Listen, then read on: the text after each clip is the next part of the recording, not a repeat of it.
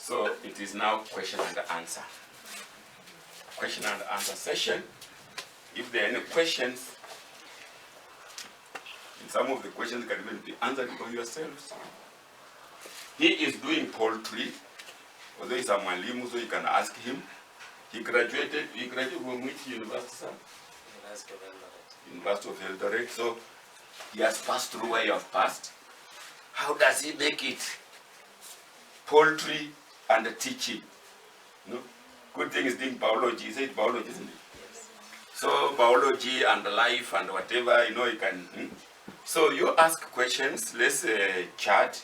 Let us share, if there are any. And I am going to do it the way I do it. Because now I'm in control. Everybody must ask a question. Ask a question. Okay. Yes. Is financial constraint a problem for entrepreneur? Like once you have a certain amount to do a business, or you can start as low as you can. For me, no. Go to my YouTube and say how to start a business with zero money. You can even use your own labor. Okay? Let me give you an example. There are this, one was a mechanical graduate of mechanical engineering, another one electrical engineering from Jomo Kenyatta. They graduated and I was staying in Ngumba Estate of Thika Road. And these guys come to me and ask me to help them get employed. Then I tell them, look, I'm a professor of entrepreneurship. I don't teach people on how to get employed. I teach people on how to employ others. In other words, how to start their businesses fast. Their businesses. So these guys say, but we don't have capital. I said, hold on. At that time, it was in the 90s. Who knows Ngumba Estate in Nairobi? You know it, isn't it? At that time, from Ngumba to the Thika Road was like a distance and like a forest kind of. You know, when you are coming home after work, there were young boys from Korokocho there who could, particularly the ladies, were harassed. And these boys were staying together in the same estate. So I tell them, please stay, and when you are 5, we shall escort you. And you charge 5 bob. Because after all, they are likely to lose more by mugging, isn't it? So the reasonable ones will say, 5 shillings too, we give you. So they could come, gather 5, then they start escorting them home, come back, and you know that work home goes on from sometimes 7, some up to late, sometimes 9, isn't it? Some people come. Now, the deeper in the night, the more the judges, isn't it? And then we drew a business plan together with them. They envisioned. Because they wanted to start a garage. I wanted them to start a garage, but they didn't have the money. So, and you know they are staying with the guardians in the estate, so they are not buying their own food. They are actually catered for it. So, we agreed. And they started doing that. They escorted for 1 month. And for 1 month, they raised money to buy a set of spanners, because they are mechanical and electrical, a set of spanners and a bicycle. Then they did an advert, a placard, that a mechanic on bicycle. You know, in the estate, many of us who drive, when your car gets spoiled and you send to a garage, sometimes you just cross your fingers, because those mechanics, some of them, you know, they repair this and then you come, another one has, because they want you to go back. So sometimes we go there and sit and make sure that. Now, if you have somebody who can come and repair it from your home, like mine, they always just come and, but a trusted person, then you are safer, isn't it? Now, these people, because they are from our estate, we know them, and we know they are graduates of Jomo Kenyatta Mechanical. Yeah. So people started, in fact, the demand was too much. People started just calling them, come and then within 2 or 3 months, They opened a garage in. From the talk you've been telling us, you went into different projects. Yes. So is it that others fail, so you opt to find better ones, or it's just improving? Okay. That's a long one, but let me try to answer it. I graduated abroad, and when I came and started teaching entrepreneurship, all the textbooks were foreign. And therefore, you people have come from Community Village, and you are in my class, and we are talking about Bill Gates. You don't know who Bill Gates is. The books that we are using are foreign. Like now, you take an American book. When they define small business, the scale of small business in America and here, for them, you go by number of employees. For them, a small business, anybody and anything employing 100 and less. But for us, 100 is already large business. So when I'm telling my students about small business and I'm using the American literature, there is orientation, isn't it? Examples of people that I get, I say Bill Gates dropped out of Harvard University. Some of you, Harvard, I even scare you. So I decided I'm not going to use foreign literature.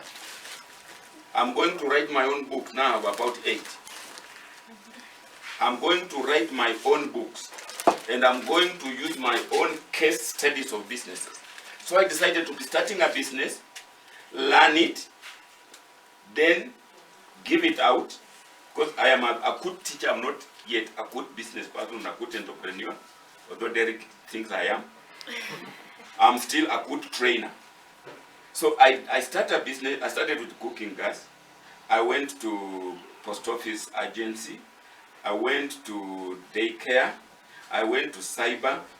All those, I do it, then I give it out. Now I write against that. Now when I tell you go to cyber, I can tell you inside out.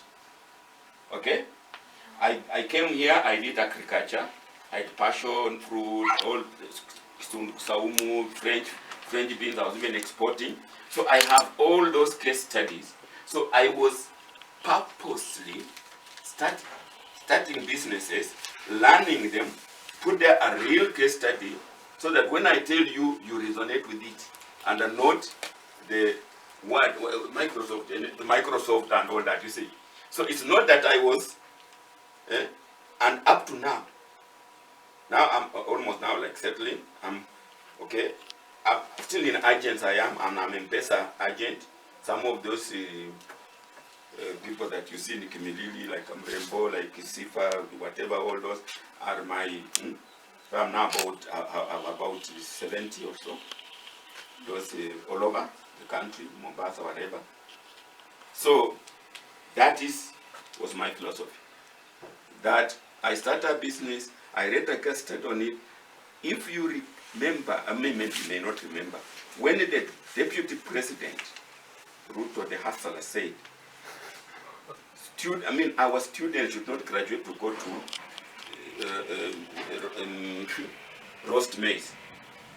I wrote a letter to the deputy president and I told them, I started that way. And if you started with selling eggs, you tell us, and now where you are. So don't discourage people from starting small and going. And go on my YouTube again and see the Chwele market that I've covered. This lady who is now selling maize. So, have I answered your question? Yes. Legal, and the training stopped. So what happened? The people that I had trained, introduced to, insisted that I continue to train them. But I would be violating because, but now before I go there, there is this man who had wanted, his vision was that when he retires, he wanted to buy a matatu. It's from Busia. Now the golden handshake was only 40,000 Kenya shillings. And therefore with the 40,000 Kenya shillings, he could not buy a matatu, so he was like despaired. So I took him for mentorship. I told him, that time I had done research in Busia and Bungoma. the motorcycles had not come. The bodas were bicycles. And on a very, very bad day, a bicycle would bring home 200 bob. Mid-90s. Therefore, I told him, and the bicycle was costing 4,000 at that time. So if they give you 40,000, I told him, take this 40,000 and buy 10 bicycles. You come with go with them home, like now in this house. And then find these young guys who are unemployed. So every morning, people will come, he will pick a bicycle, go and trade with it, because the minimum they can get is 200. But on a good day, they get even 500. Those days. Then you tell them that all I want, at the end of the day, you give me just 100. So you're not hiring, they will be motivated, because they know they can make 300 and give you only 100, isn't it? So with the 10 bicycles, if you are being given 100 per day, how much is that per day? 1,000. And in a month? 30,000, isn't it? So 40,000 you have invested, and in a month you get 30,000. In the middle of the second month, you have got back your 10,000. Finance man, return on investment. Where can you get that? In which bank? Nowhere, isn't it? Very high. Now I went and told him, when on the first month you get your 30,000, see when you are working, you are getting 10,000. So you pay yourself the salary of 10,000. That means you are still optimality, Pareto, isn't it? You are not worse, you are not, in fact you are only better. Because now you have paid yourself 10,000, the same salary that you are getting when you are in employment. How much do you remain with? 20, isn't it? So you have earned 30,000. You could 20. I mean, you pay yourself 30,000. I mean 10,000 as usual. So it's like you are continuing with your salaried job. You remain with the 20,000. And I joked with him that now, out of 20,000, 5,000, give madam. You know, you have never been gifting madam 5,000 at the end of the month. Kwanza chapati ambayo utakula na ile love ambayo you will get. Now you are spending with 15, isn't it? 15. 5,000 let it for maintenance of the bicycles. How much are you remaining with? 10, isn't it? 2,000 start a micro, you know, a microfinance, put it in it, either circle, go around, whatever. How much are you remaining with? 8. 8,000, buy another 2 bicycles. So that the next month, you are not getting from 10, you are getting from 12. To cut the long story short, he wanted a taxi. He didn't have enough for a taxi, but the Chinese say that even the longest journey starts with a single step, isn't it? Now, he has a fleet of taxis, airports. So what am I saying? Let finance never be a roadblock.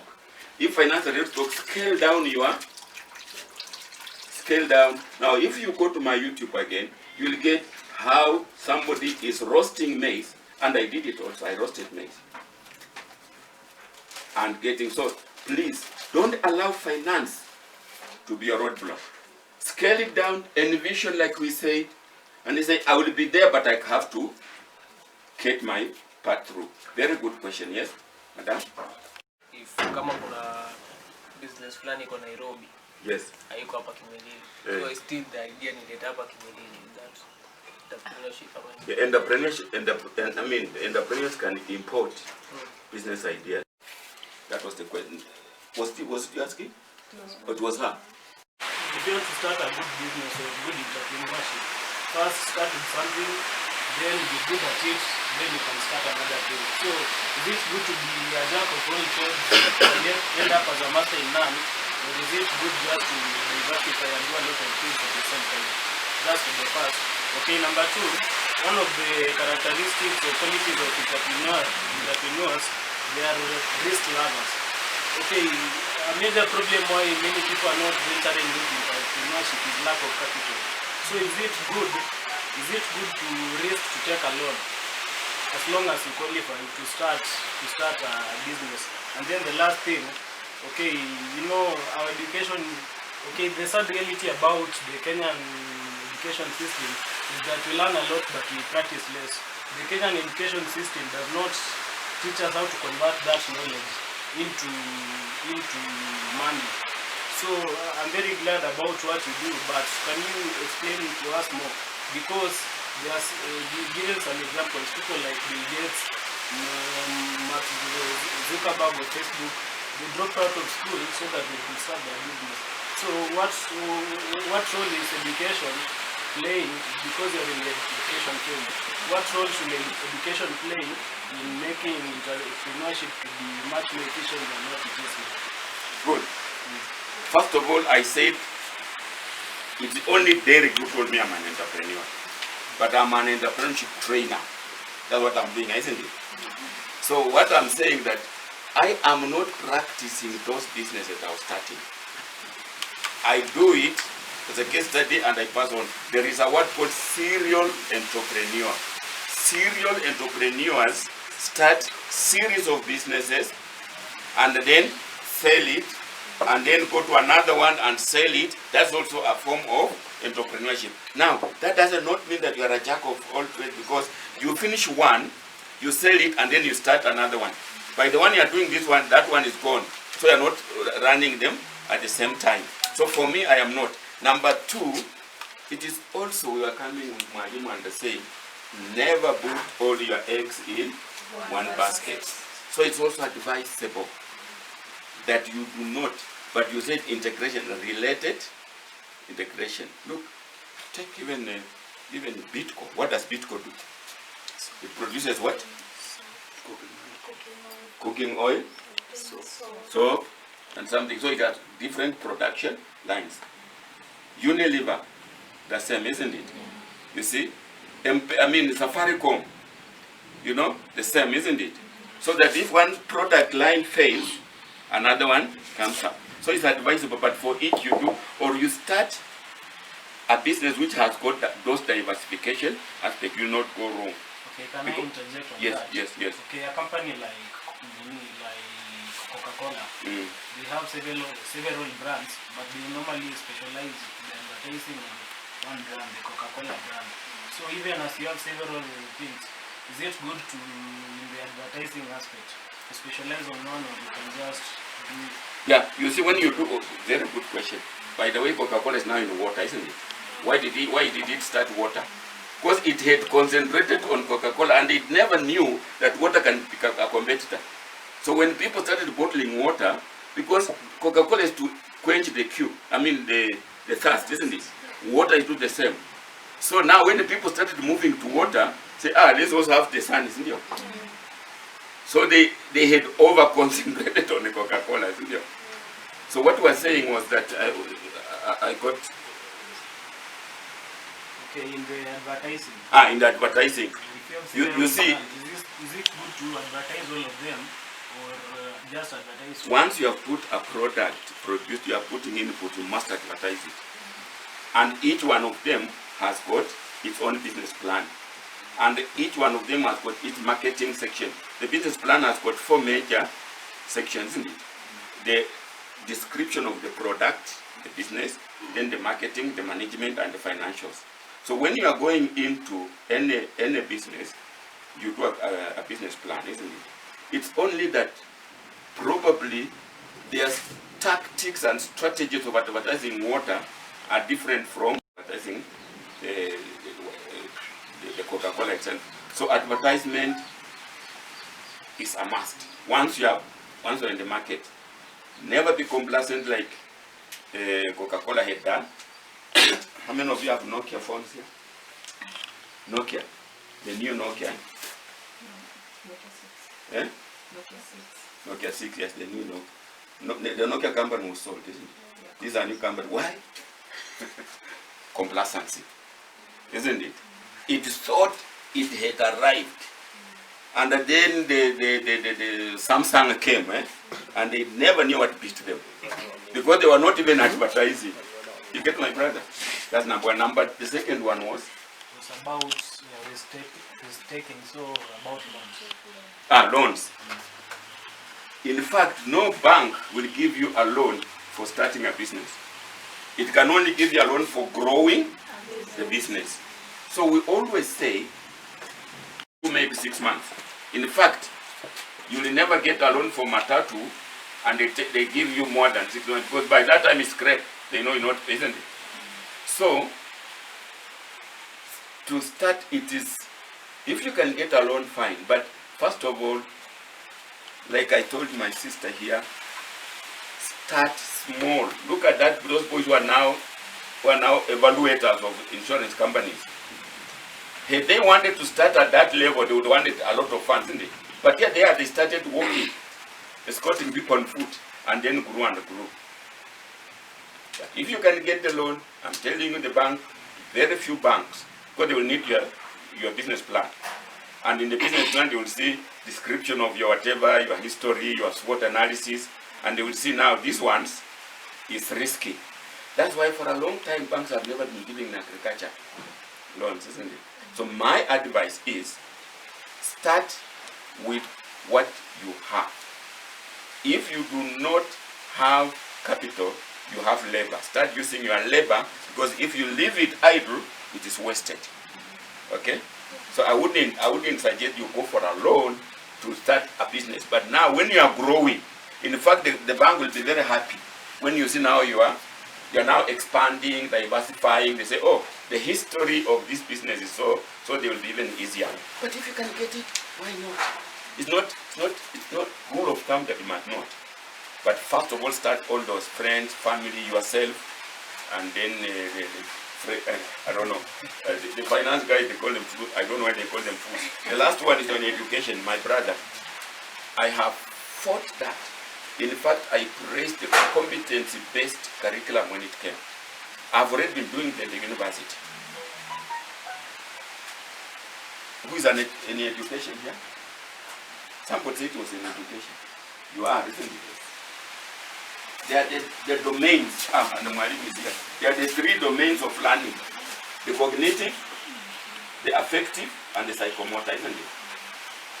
The cognitive, and Confucius, the great philosopher, said, I hear and I forget. I see and I may remember, isn't it? And I do and I understand. What we do in class, just hearing lectures, I am sure, even in law, I'm sure that the last time you were in the examination, when you answered that exam, when you walked out, you could not even remember.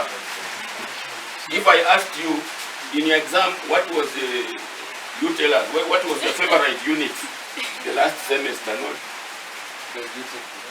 Oh, you graduated. I want.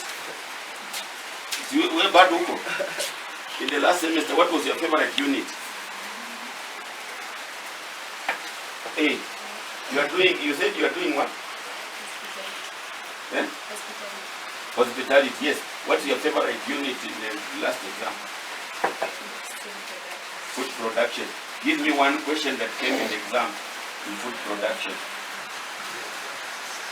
But hospitality, no, because these are people practical. I was thinking at Polytechnic. You guys are practical. I'm asking a wrong person. You are in what? Eh? Even medical, you are more practical than the rest. Wait. I don't want medics. Eh? Statistics. Yes. These are the people who model, formulas, whatever, econometrics. And do you know how I define an econometrician? Those people who do statistics and model and do. An econometrician is somebody who will only tell you tomorrow why what he projected yesterday did not happen today. those statistics. You went and those curve, I don't know. When I teach statistics, if I do, those averages, pie graph, whatever, I'd say, you go and stand on that road and start counting the cars that are passing, the types of cars, isn't it? And plot a graph, a histogram of the types of cars that have passed. It will give me that in Bungoma we have this type of, it is more, for me it's more practical, more useful than those statistics that you get now. But you know it in the head. That means cognitive, my brother. That's what we do. That's what the learned friends do. Like now I was listening to a guru when he was being green. Those guys may have been in the same class, but one is on this side, one is on this side, one to prove another one wrong, another one right, and they are all, it's logic and all that, and the way they argue. One was asked, how do you know that one guru was abroad? Yeah, then he brought photos. That that why do you think the background is a white man? You see? But don't you think the white man can also be the case? And the man, you saw eyes. But you see, this person was trying very much to prove that even if he may have been abroad, I can also show that he was. So that logic. So what I'm saying is that we have dwelled on the cognitive. Why? Because of the rules of the Commission of University Education. Because they say at the end of the semester, the students will receive a 3-hour written exam. Now when they do that and me I'm teaching, I will orient myself to giving a written exam. Sometimes you don't have no time, I'll teach the exam. I'll teach you and I tell you this one will come or whatever because I'm moonlighting our table. Okay? So once, unless we change that system, we are producing thinkers but not doers. Now when you go, you think and then you start doing, you take some time. Of course you have the potential. But when you go in your workplace, you take some time to catch up. Sometimes back, big companies will say they employ trainee managers. When I was in KU and I was a placement officer, I would go to the staff and I would say, why are you employing trainee managers? Why is it that we are not giving them, that you are even wasting a lot of resources? Why don't you give us what you think we have not done then? But of course, again, the system. So to me, and you can quote me, say Wizard thinks that the system of education is the one that is faulty, particularly the evaluation of the learner. When we just evaluate you inside the classroom, medics and others are a little better. So you are right, I'm with you that we need to do something different. I've already been doing it. I influence the changing of entrepreneurship. I've started at PhD. I've removed, in my university, I've removed written exams at PhD level for entrepreneurs. So now everybody must be forced to give a project. Very heavy question. Have I finished it? Good.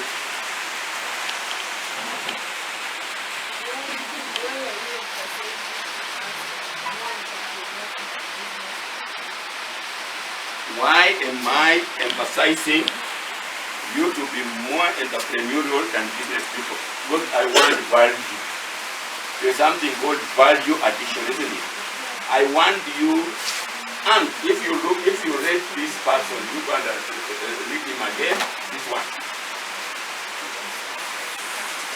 You don't want to stay at the same level all the time. You don't want to keep status quo. If you don't change with time, change will change, isn't it? But when you don't change, will change. So because entrepreneurship is what develops the economy, when you read about it. But business people just want to remain the same. The economists, they call it equilibrium, isn't it? You tell them that the process of supply and the demand will make us always, if there is too much, they will force you back. If there's too low, they'll bring it. So they want us to stay there. But me and you want to grow. How can you destroy the equilibrium? By being different from others. And why different? Only better. Imagine, do you enjoy M-Pesa? Do you enjoy M-Pesa? No. You still want the post office.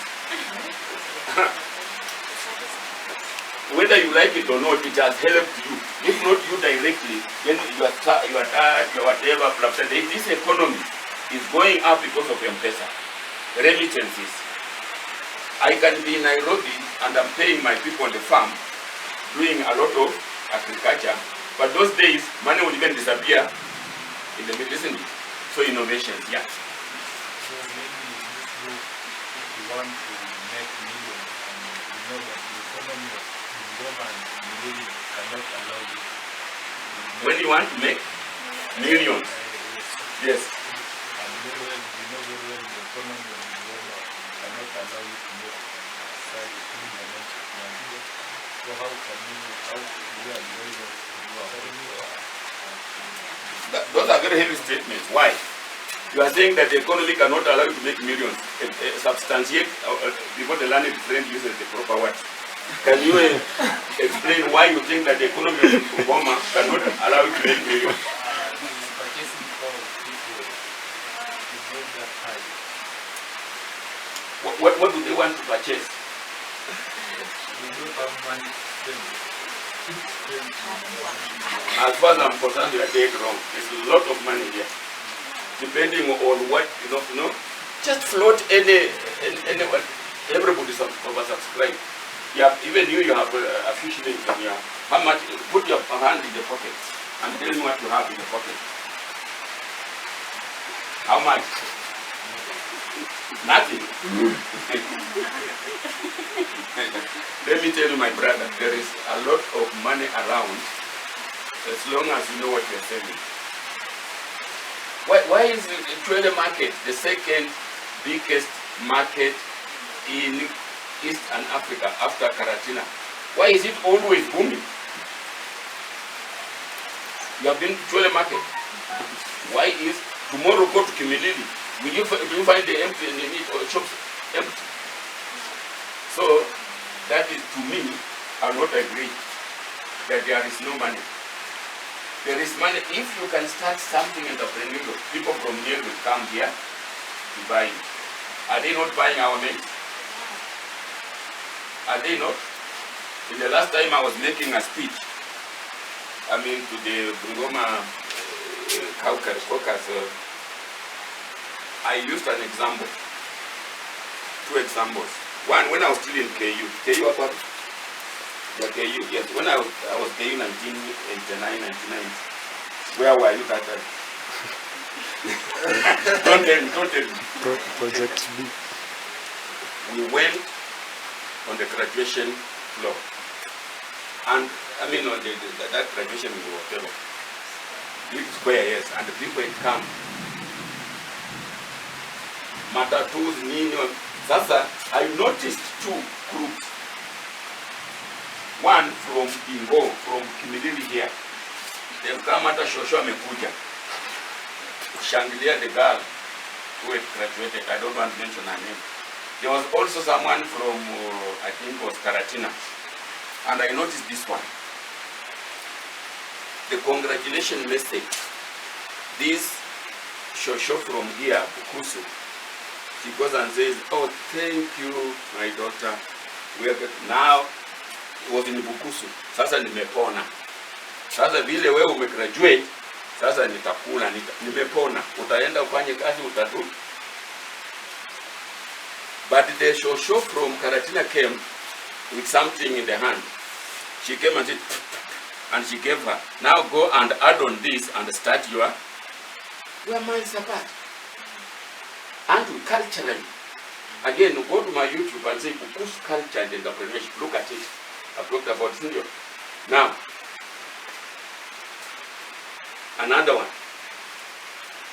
After graduation, there is this boy coming from Kiambu, sent by his father to come to Kimilili, Bungoma, Twele, and buy the grains during that time of harvesting. Buy the grains and take them back to Nairobi for selling. But here, somebody sells a cow, gives the son, go and look for a job in Nairobi to bribe whatever. We are miles apart. So you have to change your mindset first. Are you getting it? But it's our culture. It's not you. It's our culture. And you look at that YouTube of mine, you say, I'm saying yes. Not that we throw the culture out, but we are changing very slowly. But we need to change. There's money here, my brother. Knowing what you are doing, you'll get it.